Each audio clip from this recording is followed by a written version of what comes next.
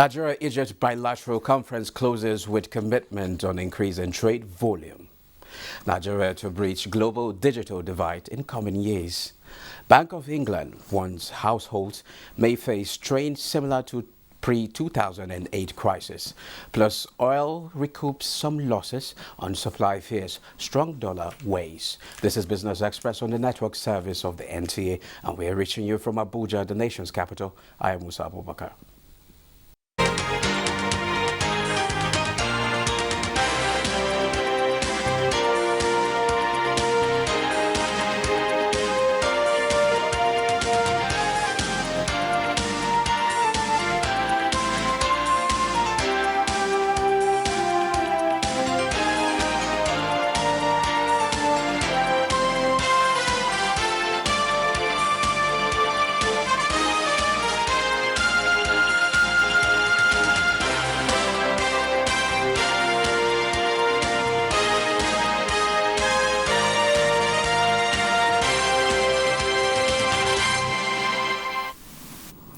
Well, let's begin by telling you that the curtains have been drawn on the Nigeria-Egypt Trade Conference in Cairo, with commitment from both countries to work on increasing volume of trade and cooperation. Benny Adams reports that Minister of State Works and Housing Ibrahim El Yaqub is in talks with some of Egypt's giant construction companies to invest in Nigeria's infrastructural drive. It is a government-to-business and business-to-business session. From talk to work, it is a handshake that hopes to revolutionize construction in Nigeria. We have hills, we have rivers. I'm sure you can make wonders in Abuja. Tariq El Gamal and Ahmed Afifi are two of three famous men turning the desert in Cairo into smart cities. Construction is the main game for both, while agriculture is sidekick for Afifi. This is the attraction for Nigeria, says Ibrahim El Yaqub, Minister of State Works and Housing. Partnering with Egyptians who can not only invest in Nigeria, but you can actually go and get land and produce on that land and bring it to Egypt and to other places. I think it's very good, Inshallah. Just like Ahmed Afifi in Egypt, Adeomi Osagi is building a smart city in Lagos, Nigeria. And her visit to Egypt, like other countries around the world, is to see and make a difference. The last 2-3 months, we've been able to attract an investment from the Middle East to the tune of $36 billion. In all, organizers of the conference say it was a success. A lot of people will start coming to Nigeria, and a lot of Nigerians will start coming to Egypt. The conference did not close without selling Nigeria's unique creativity to the world. From Al Masa, one of Cairo's new smart cities, I am Benny Adams. Now, the International Monetary Fund says rising food prices and currency depreciations will continue to affect economies globally, warning that the worst is yet to come if urgent steps are not taken to address debts, inflation and instability. This was at the presentation of the World Economic Outlook at the annual meetings in Washington, D.C. A global recession is looming as the IMF cuts economic projections it made months earlier. Although it expects growth to remain at 3.2% this year, projections for 2023 have been cut from 2.9% to 2.7%. It identified the war between Russia and Ukraine, cost of living, and a slowdown in China as the major drivers of the present global economic challenges. There are clouds on the horizon, but progress on climate policies, debt resolution, and other targeted global issues will demonstrate that strengthened cooperation can achieve progress for all and help to overcome geoeconomic fragmentation. Sub-Saharan Africa is also in focus as rising debts coupled with floods give a not-so-favorable prospects. The higher interest rates, low growth means that 2/3 of the countries in the regions are facing stress or debt distress. More than a third of the global economy is expected to shrink in 2023, but increasing putting pressure on prices of commodities, defenses remain the biggest threat to global recovery. From Washington, D.C., I'm Leah Katimbaba today. Well, still on the IMF and World Bank annual meetings, let's now join Leah Katumbabatunde from Washington, D.C. for an update. Hello, Leah.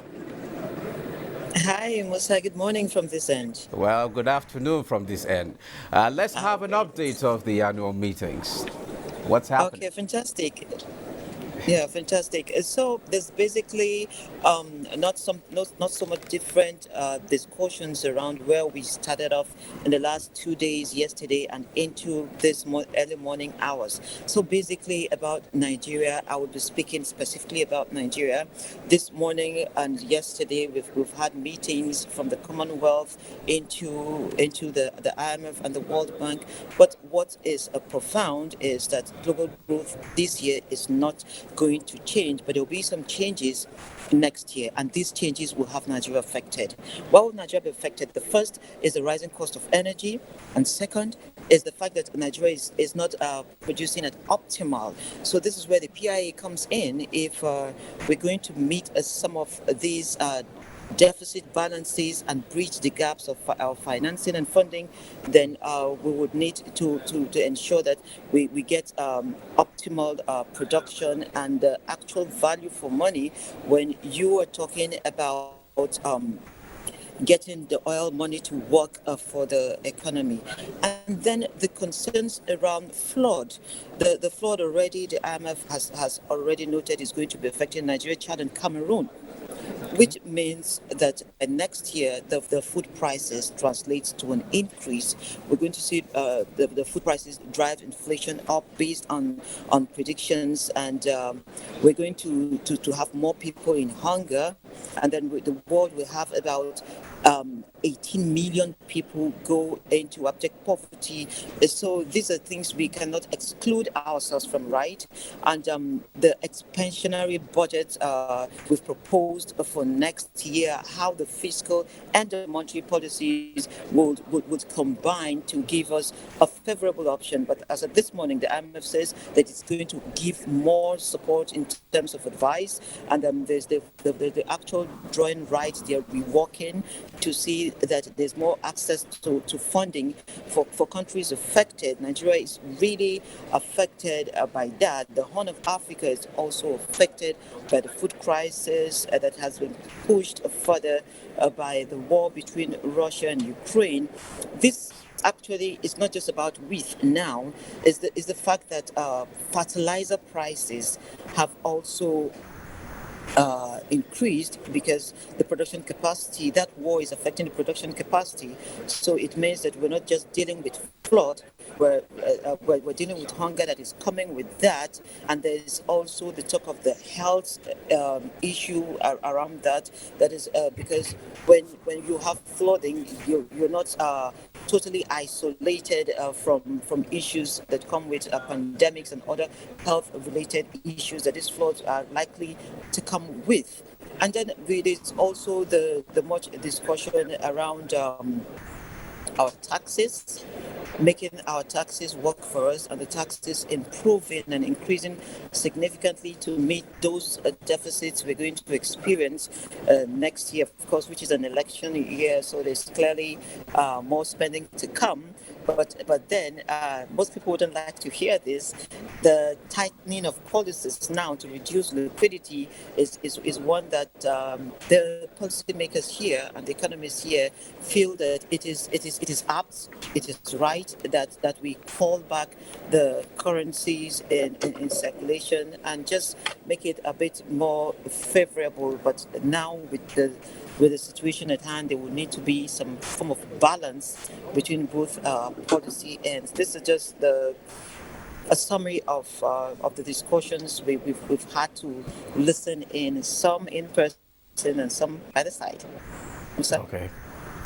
Okay, thank you, Leah. We will keep in touch for update on the annual meetings. Yes, sure. And in less than an hour, hopefully you will get the updates from the fiscal monitor. But that's one you need to look out for as well. Of course. Thank you very much, Leah. Have a nice one. Thank you. Bye. Okay. Okay, now joining me to discuss further on issues from the IMF World Bank annual meetings is Dr. David Heruvo, an economic analyst. You're welcome to Business Express. Good afternoon. It's you like very much for having me again. Okay, Yes. okay. I thought we've left Leah now. Can we now focus on the matter at hand? Okay, the IMF said that the worst is yet to come. Exactly. And what are we seeing today? And they are also saying that there's likely going to be recession, and 1/3 of the world economies might likely be affected. Should we worry about that? Exactly. We should be worried, and more worried.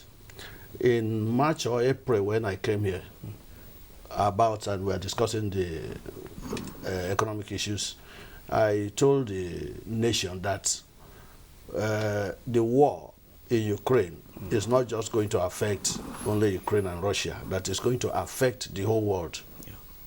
Noting that they produce 40% of the food system of the world. So we are sure that, of course, will bring down the supply and increase the prices. So that is one. Now we also have to be worried because we are in a developing state, we are a developing country, and we don't have all it takes to manage our economy efficiently. So how do we manage our economy efficiently? Exactly. Now, if we want to start profiling solution right away, we will say, look, we need a strong, focused, positive governance. Okay. Number one, strong, positive, focused governance. The governance that we know what they are coming in for, what they want to do, how to rectify the economic situation. The governance that have a blueprint of long-term economic system that can implement right on. But when you look at it, we actually have these things. It's just that we've been hit by COVID-19. Then you have your Russia-Ukraine war affecting the supply chain disruption. If you have it and you are working on it and such a devastation effect comes in, you will have had a mitigating factor already, because that should be part of your plan. Yeah, the war is not as close to us as it's close to Europe. It's not as close to us as it's close to Russia. Now, they are managing their economy. Of course. You could imagine that the Russian ruble it's still tough. Because it's still tough for every other country. Yes, it is. And if you look at the interest rates, of other countries compared to our own, it's slavable. But despite the fact that we all hiked it because we need to address inflation. Hiked it at what rate? Despite the fact that US have it can't be at the same rate. But it's just to hike to address inflation. We are in the same world. Yes. We are in the same market. But another thing I would like us to look at is soaring food prices. Yes. And now there's the harvest is approaching. We've experienced one of the worst flooding. Flooding, yes. You understand? Yes. So what do we do to remedy this problem? You see, this is not that's why I was talking of long-term plan. Kogi State recently is putting up a long-term plan of 32 years, and I'm a member of the economic team. Okay. So now, what we are trying to do is to lay a very good foundation, which, if it is followed to the end, it will cushion every economic problem that might arise. It's not the day it comes that you start thinking about it. You don't start thinking of Pampers the day your wife put to bed. Are you getting what I'm saying now? Yeah. So you need to do what it is necessary in every economic that is developing. You need to make a long-term plan, also a short-term plan. But in this one, let us look at the short-term plan, because it is coming by next year, which is just about 3-4 months from now. Now by next year, we'll be worst hit. What can we do? I am surprised that we import 6 million tons of rice or more every year. Okay, can we focus on the solution? Yeah, that's what I'm saying. Yes. Now, these 6 tons takes more than 6 months to come. And if you plant grains, within that 6 months, you'll be harvesting. Okay. isn't it? Yeah. Okay. So why can't we do commercial farming? Okay. We can do commercial farming, which we start yielding in 6 months. You mean like dry season farming? Even if it's not, with we can rain-fed season farming, so that to make up for the shortfall. Exactly. So whatever you are now going to import will not be too much, and it will not take much of your foreign exchange. Okay, another issue is, Yes. just last week, the World Bank published this report on reduction of poverty. Exactly. How efforts towards reduction of poverty will likely ground to a halt by 2030. 2030, yes. 2030. Yeah, exactly. So how can we avert this problem? We are already in it.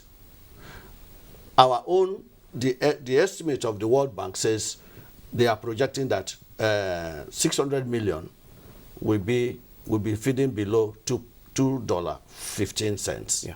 Isn't it? Yes. Now, in Nigeria today, 600 million people is estimated.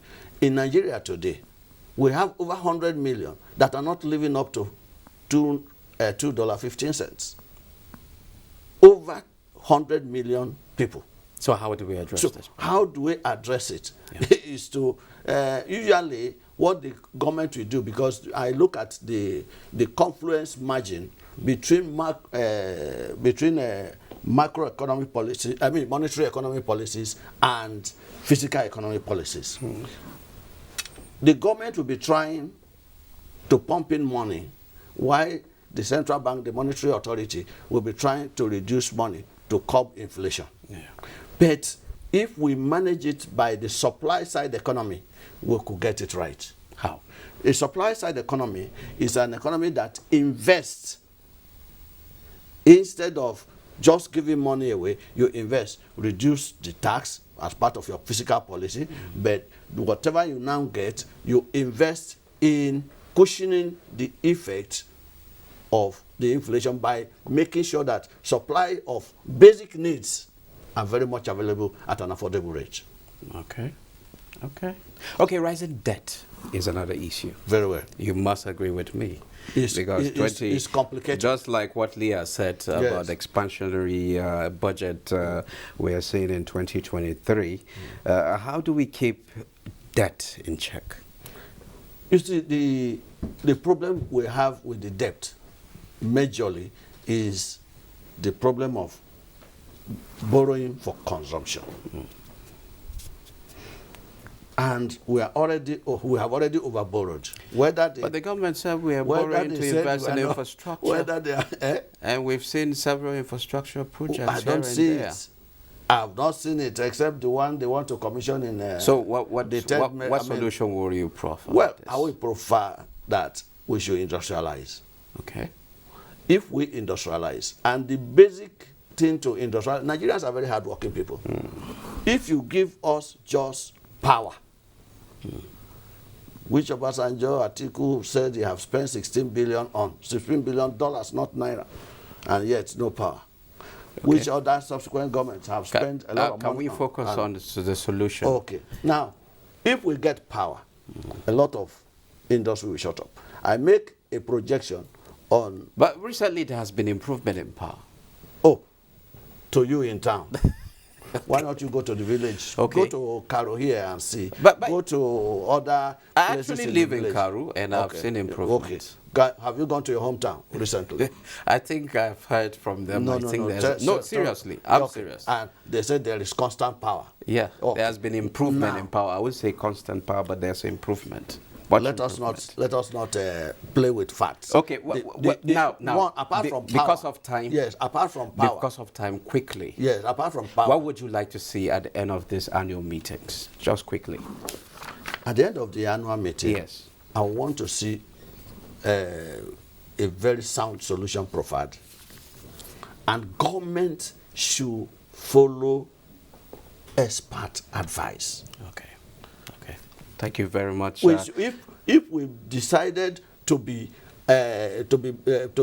deaf and dumb to what the experts are saying, we are likely to fall into the ditch. So government should follow the advice of Expert the advice. experts. Okay, thank you very much, Dr. Thank you very David much. Ahi Ruvo, an economic analyst. Thank you very much for sharing your thought with us. Thank you very much. I'm afraid the time is, I want us to stay course. more. I have more facts to thank you. tell us. Thank you very much. Thank you. Thank you very much. All right. Now, moving on, Nigeria's digital technological innovations are making waves at the international scene. Startup signs a partnership deal of $10 million and 9 others scale through semi-finals of the North Star Startup competition taking place at the ongoing Gulf Information Technology Exhibition. It's a convergence of innovative technologies, enterprises, and markets at the 42nd edition of the Gulf Information Technology Exhibition GITEX Global in Dubai. An exhibition that provides a platform for innovators to showcase solutions in health, education, agriculture, security, entertainment, you name it. More than 5,000 organizations and 90 countries are participating. Nigeria is not a spectator here, but with a spectacular display of 33 startups sponsored by Nigerian government. Private exhibitors are also in the show. African humanoid, talking about artificial intelligence. This is the level Nigeria has come at this exhibition.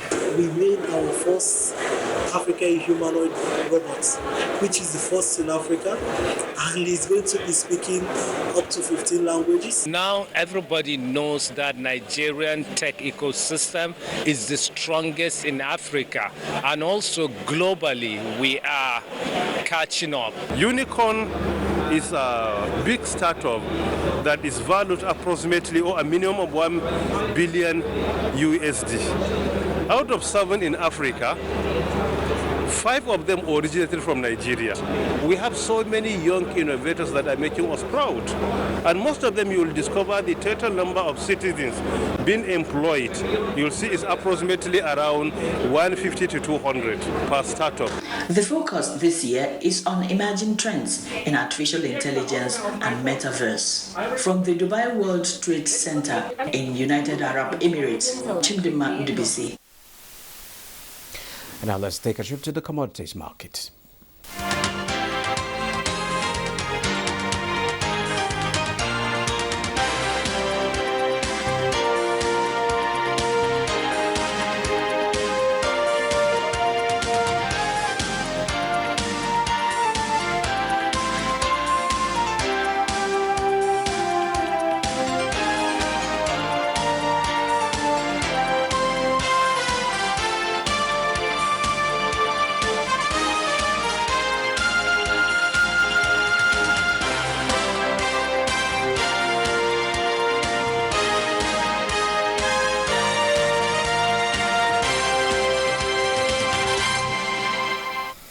Next is Global Market Update. U.S. stock futures rose Wednesday as investors awaited the latest inflation numbers and the minutes from the Federal Reserve's latest meeting. The Dow Jones Industrial Average added 0.6%, S&P 500 advanced 0.81%, and Nasdaq 100 was up 0.9%. European markets fluctuated this Wednesday, with global growth concerns dominating sentiment and investors looking ahead to Thursday's inflation data out of the US. The DAX was up 0.5%, the FTSE gained 0.26%, while the French CAC topped 0.37%. Asian markets were mixed, with some indices struggling for direction amid concerns over the global economy. The Shanghai Composite rose 1.53% at 3,025.51. Hong Kong's Hang Seng Index declined 0.78%, while in Japan, the Nikkei 225 closed fractionally lower at 26,396.83. African markets also closed mixed this Wednesday. The JSE Africa Top 40 gained 0.52%. The GSE Composite rose fractionally, while the Tone Index and Namibia's overall index depreciated by 0.19% and 0.17%. Thank you, Ineka. Well, that's where we end Business Express for today. Business Express returns Thursday at 9:30 a.m. I am Musa Abubakar.